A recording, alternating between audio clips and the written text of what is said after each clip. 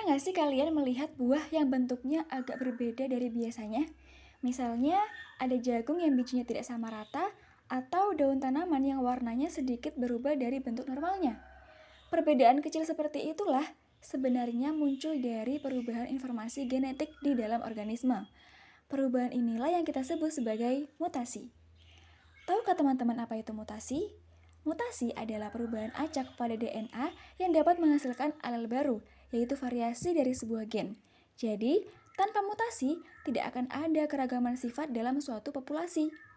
Namun, tidak semua mutasi bisa diwariskan.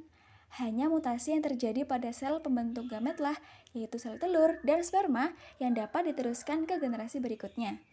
Pada tumbuhan dan fungi, peluang mutasi diwariskan lebih luas karena banyak bagiannya dapat membentuk gamet atau struktur reproduktif.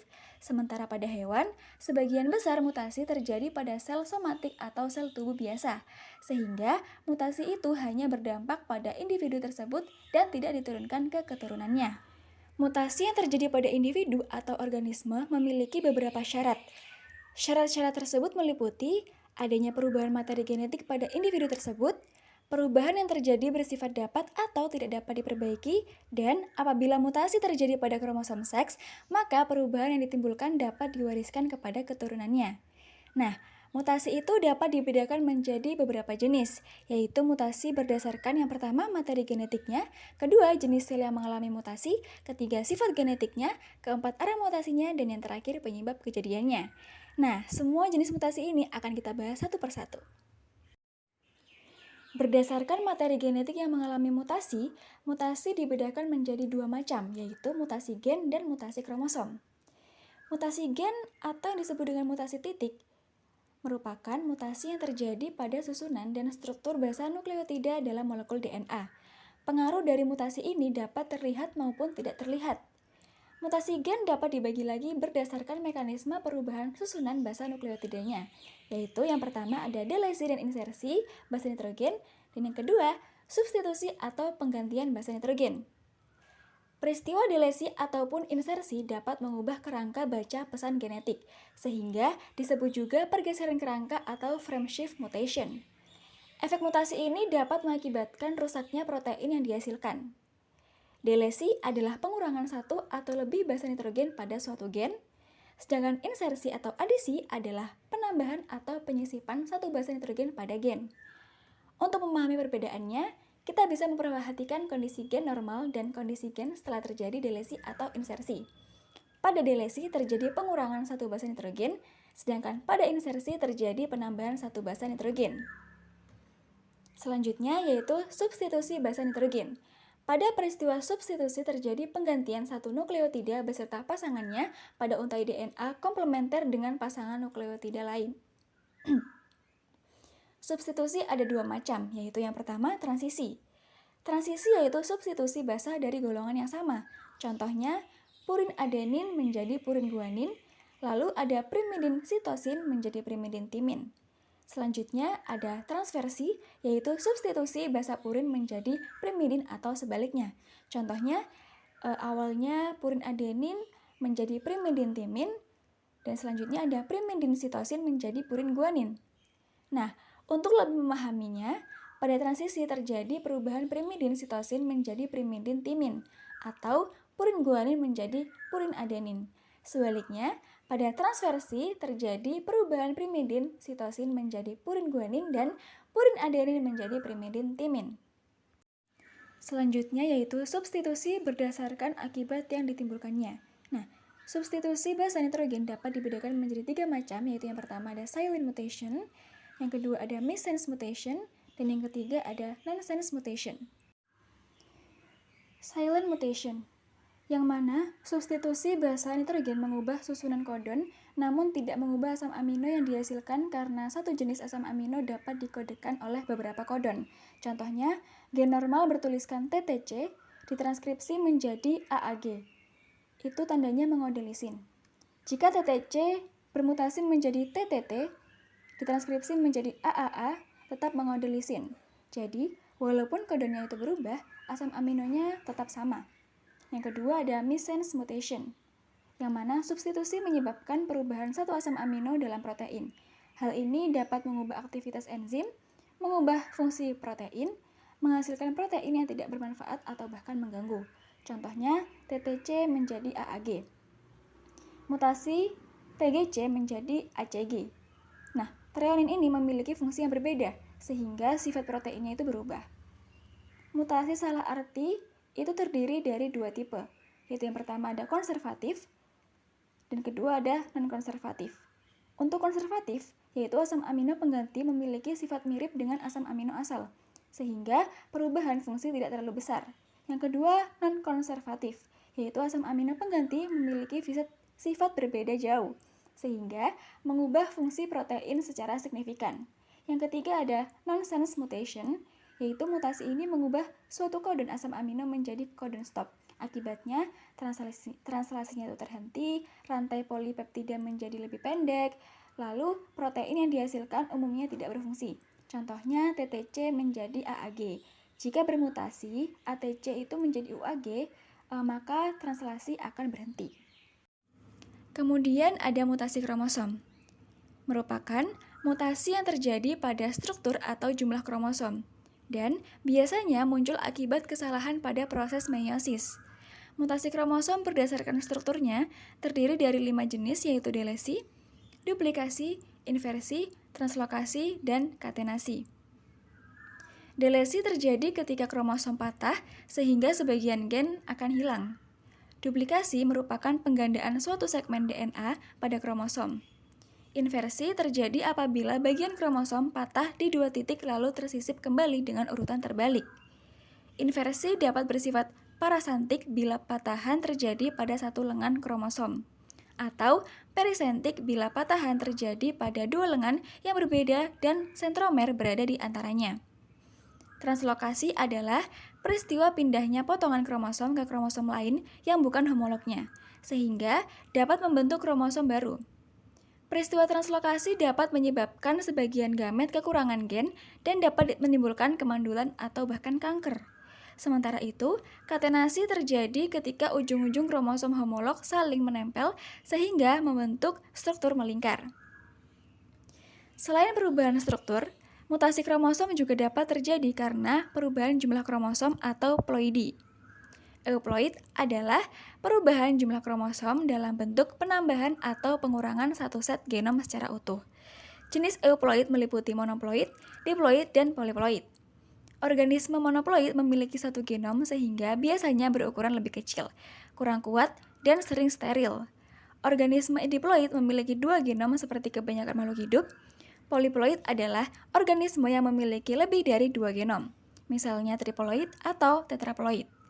Tumbuhan poliploid seringkali memiliki kemampuan tumbuh lebih baik dan karakternya lebih unggul, sedangkan hewan poliploid umumnya mandul. Poliploid dapat terbentuk melalui autopoliploid, yaitu penggandaan kromosom dari spesies yang sama, atau allopoliploid, yaitu penggandaan kromosom dari spesies berbeda, seperti pada pisang hasil persilangan Musa acuminata dan Musa balbisiana.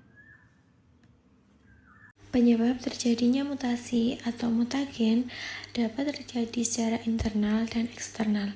Pada penyebab terjadinya mutasi secara internal dapat terjadi saat replikasi DNA. Saat DNA direplikasi, enzim DNA polimerase menambahkan nukleotida satu persatu mengikuti pasangan basa. Kadang ia memasukkan basa yang salah atau terselip, sehingga terjadi sisipan atau penghapusan nukleotida dari rangkaian DNA. Yang kedua, dapat terjadi saat perbaikan DNA. DNA di dalam sel tidak selalu stabil. Setiap saat, DNA bisa mengalami kerusakan karena faktor kimia alami di dalam sel, seperti kehilangan basa, perubahan basa, kerusakan oksidatif, atau putusnya rantai. Untuk mengatasi hal ini, sel memiliki sistem perbaikan DNA. Namun, proses perbaikan ini juga dapat salah dan kesalahan tersebut justru berubah menjadi mutasi. Yang kedua, faktor terjadinya mutasi dapat terjadi secara eksternal. Hal ini dapat terjadi karena paparan sinar UV. Sinar UV membuat 2 basa timin saling menempel secara tidak normal. ini membuat bentuk DNA menjadi bengkok dan tidak bisa dibaca dengan benar. Tubuh umumnya memperbaiki dengan dua cara. Yang pertama dengan perbaikan yang memotong bagian rusak lalu mengganti dengan yang baru. Cara perbaikan kedua dari tubuh yaitu dengan cara darurat. Enzim melewati kerusakan tapi sering salah masukkan basa. Pada hal ini, mutasi bisa muncul jika perbaikan tidak tepat. Yang selanjutnya, karena radiasi ionisasi. Radiasi ionisasi seperti sinar X memiliki energi tinggi yang mampu memutus helai DNA. Kerusakan ini sulit diperbaiki secara tepat sehingga sering menghasilkan delegasi atau perubahan basa pada struktur kromosom. Yang ketiga, faktor dari bahan kimia. Bahan kimia bisa merusak DNA dengan beberapa cara. Yang pertama dengan adek bahan kimia menempel pada basa DNA. Yang kedua, karena alkilasi mengubah bentuk basa dengan menambahkan gugus kimia. Yang terakhir, interkalasi bahan kimia menyalip di antara pasangan basa. Kerusakan ini membuat DNA salah dikenali oleh polimerase sehingga basa dipasangkan dengan salah atau membuat helix berubah posisi, terjadi framing shift, basa jadi hilang atau bertambah. Selanjutnya, faktor mutasi dari pihak mutagen biologi. Beberapa virus memasukkan materi genetiknya ke dalam DNA sel inang. Ketika virus masuk, ia bisa memotong DNA, menyisipkan dirinya, atau menonaktifkan gen penting, misalnya gen pengendali pertumbuhan. Ini disebut dengan insertional mutagenesis. Pada mutagen biologi ini dapat terbentuknya rekayasa genetika. Selanjutnya itu ada konsep laju mutasi per gen per generasi. Poin yang pertama ada laju mutasi cenderung rendah pada tumbuhan dan hewan. Nah, pada poin pertama itu menunjukkan bahwa pada organisme eukariota kompleks seperti tumbuhan dan juga hewan, laju mutasi per gen per generasinya umumnya cenderung sangat rendah. Hal ini penting karena mutasi adalah perubahan acak dan laju yang rendah ini mengindikasikan adanya sistem perbaikan DNA yang efisien untuk menjaga stabilitas genom. Laju yang rendah ini memungkinkan spesies untuk mempertahankan informasi genetik yang penting. Selanjutnya, untuk yang poin kedua, itu hanya mutasi pada garis keturunan sel yang menghasilkan gamet atau sel gaminal yang dapat diteruskan kepada keturunannya. Jadi, kita harus bisa membedakan antara mutasi somatik dan mutasi germinal. Mutasi somatik itu terjadi pada sel tubuh dan tidak akan diwariskan. Sebaliknya, mutasi yang terjadi pada sel germinal yaitu sel-sel yang akan membentuk gamet, sperma atau ovum yang relevan secara evolusioner karena mutasi inilah yang dapat diteruskan dan mempengaruhi keturunan. Jadi, meskipun banyak mutasi terjadi, hanya mutasi pada garis keturunan yang penting bagi evolusi. Untuk poin yang ketiga, sebagian besar mutasi yang mengubah fenotip kecil kemungkinannya memperbaiki fenotip yang sudah sesuai dengan lingkungan dan bahkan cenderung sedikit membahayakan. Nah, jadi untuk poin ketiga itu menjelaskan efek mutasi pada sifat organisme atau fenotip karena seleksi alam telah menyempurnakan banyak gen selama jutaan tahun. Sebagian besar perubahan acak atau mutasi pada gen-gen ini justru tidak bermanfaat atau merugikan. Mutasi yang memperbaiki fenotip yang sudah teradaptasi dengan baik sangat jarang. Ini menguatkan konsep bahwa mutasi menyediakan variasi, tetapi seleksi alamlah yang menyaring variasi tersebut, mempertahankan gen yang ada dan menyingkirkan sebagian besar mutasi baru yang merugikan. Dan yang terakhir, yaitu poin keempat, rata-rata laju mutasi pada tumbuhan dan hewan adalah sekitar 1 mutasi dalam setiap 100.000 gen per generasi. Namun, prokariota umumnya memiliki rentang generasi yang pendek, sehingga mutasi dapat dengan cepat. Dampak mutasi dapat dibedakan berdasarkan tingkatnya. dampak mutasi di tingkat molekuler, dan dampak mutasi di tingkat organisme. Pada dampak mutasi di tingkat molekuler, yaitu perubahan urutan asam amino. Nah, mutasi terjadi pada DNA, dan DNA adalah kode untuk membuat protein. Kalau satu basa DNA berubah, urutan asam amino dalam protein bisa ikut berubah. Asam amino ini ibarat susunan batu bata. Kalau susunan berubah, bentuk sifat protein bisa ikut berubah. Yang kedua, berdampak pada fungsi protein. Protein bekerja berdasarkan bentuk 3 dimensi.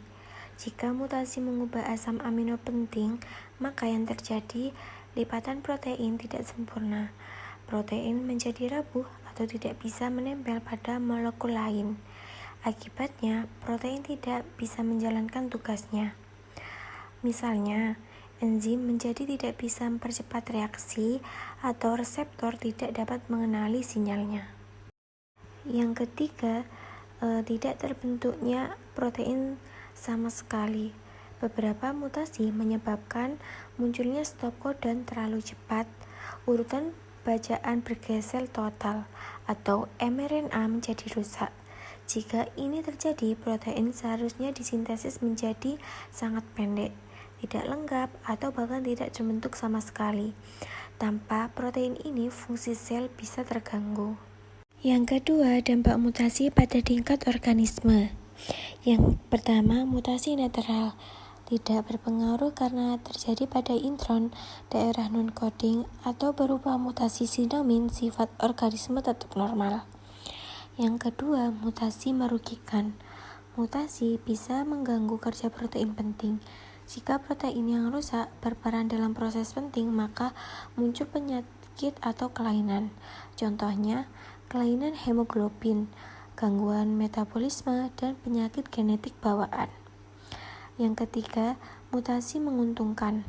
Mutasi seperti ini akan diteruskan ke generasi selanjutnya dan menjadi bahan baku evolusi dan seleksi alam, membuat organisme lebih tahan terhadap penyakit dan memberikan kemampuan baru atau memperbaiki peluang bertahan hidup. Selanjutnya ada hotspot mutasi. Jadi, hotspot mutasi secara esensial adalah segmen DNA yang menunjukkan frekuensi mutasi secara signifikan lebih tinggi dibandingkan dengan wilayah DNA lainnya. Hal ini terjadi karena berbagai faktor, termasuk kerentanan lokal pada struktur DNA yang rentan terhadap kesalahan selama proses replikasi, atau disebabkan oleh aktivitas elemen transposable atau sering kita sebut dengan gen melompat. Menariknya, mutasi skala besar seperti duplikasi gen seringkali bersumber dari hotspot ini, akibat kesalahan selama meiosis atau aktivitas elemen transposable tersebut. Mengapa hotspot ini penting?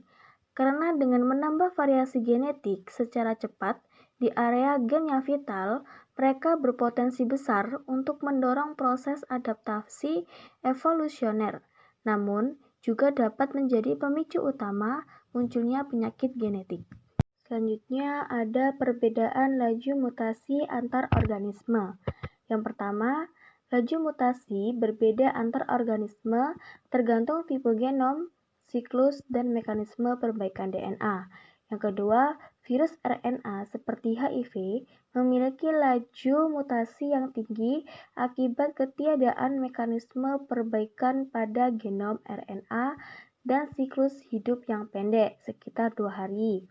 Yang ketiga, ada prokariota memiliki laju mutasi yang rendah, namun cepat melipat gandakan keturunan sehingga variasi muncul cepat secara populasi.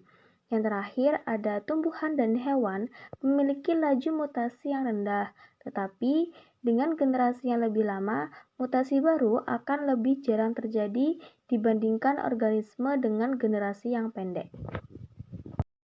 Selanjutnya itu ada keseimbangan mutasi seleksi. Jadi konsep ini itu menggambarkan sebuah kondisi stabil di mana laju munculnya mutasi baru dalam suatu populasi setara dengan laju seleksi alam yang menyingkirkan mutasi-mutasi berbahaya tersebut. Menariknya, banyak mutasi yang merugikan itu bersifat resesif, yang berarti mutasi tersebut dapat tersembunyi dengan aman di dalam individu heterozigot, yaitu yang membawa tanpa menunjukkan efek fenotip yang jelas. Sebuah contoh klasik dari fenomena adalah penyakit genetik seperti fenilketonuria atau PKU. Nah, di sini meskipun seleksi alam secara aktif menghilangkan individu homozigot yang terkena, frekuensi allele resesif penyebab penyakit tetap dipertahankan dalam populasi karena adanya mutasi baru yang terus terjadi. Singkatnya, keseimbangan dinamis ini memegang peranan krusial dalam memelihara keragaman genetik dalam populasi, sembari mencegah akumulasi gen-gen yang merugikan secara berlebihan. Berikut ada contoh-contoh mutasi. Yang pertama itu ada sickle cell anemia atau mutasi missense. Nah, pada sickle cell anemia itu terjadi perubahan pada satu basa nukleotida yang menyebabkan amino asid valin menggantikan glutamat pada rantai hemoglobin.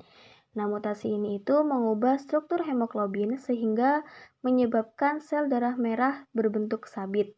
Akibatnya, sel darah merah menjadi kaku dan dapat menyumbat aliran darah.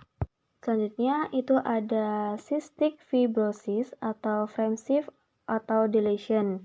Jadi mutasi ini tuh berupa penghapusan satu atau beberapa basa pada gen yang mengkode protein CVTR, menghasilkan perubahan kerangka baca sehingga protein yang dihasilkan tidak berfungsi dengan baik.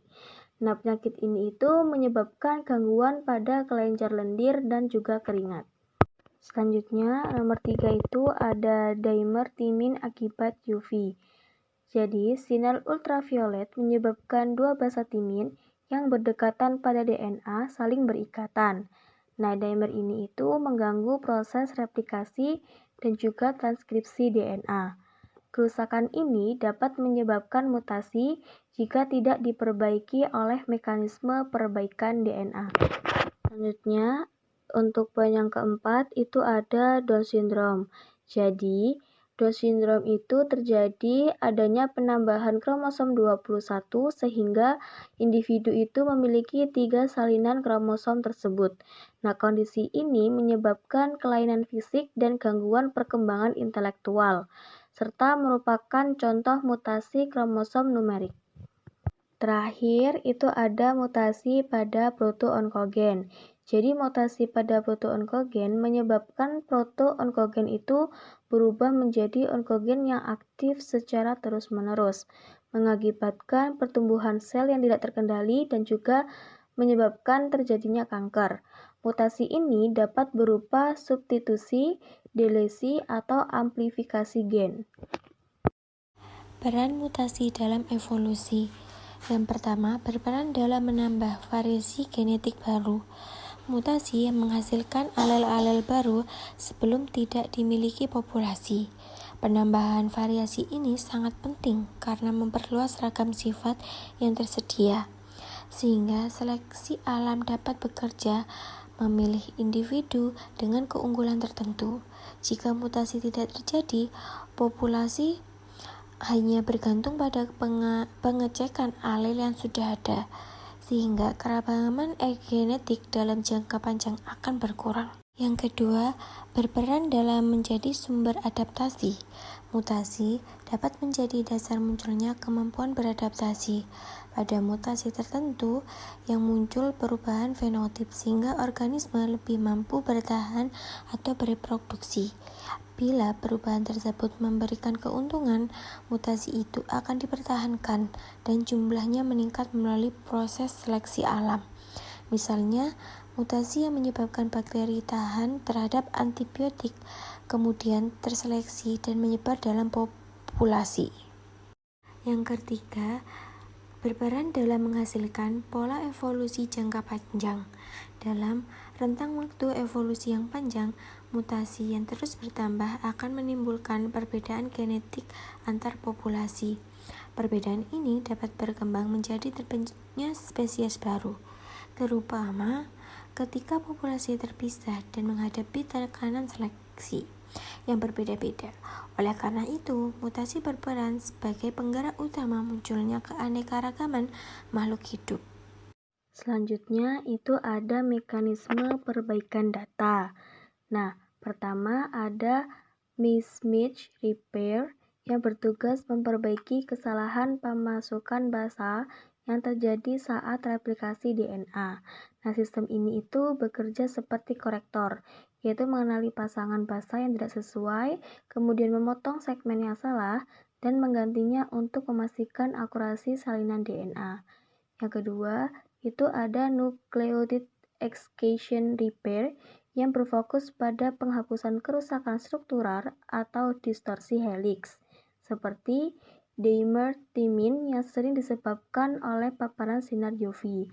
Dalam proses NIR, segmen DNA yang rusak akan dipotong, diikuti dengan DNA polimerase yang mengisi celah tersebut, dan DNA ligase menyambungkannya kembali, sehingga NIR secara efektif menjaga stabilitas genom kita dari ancaman faktor-faktor eksternal.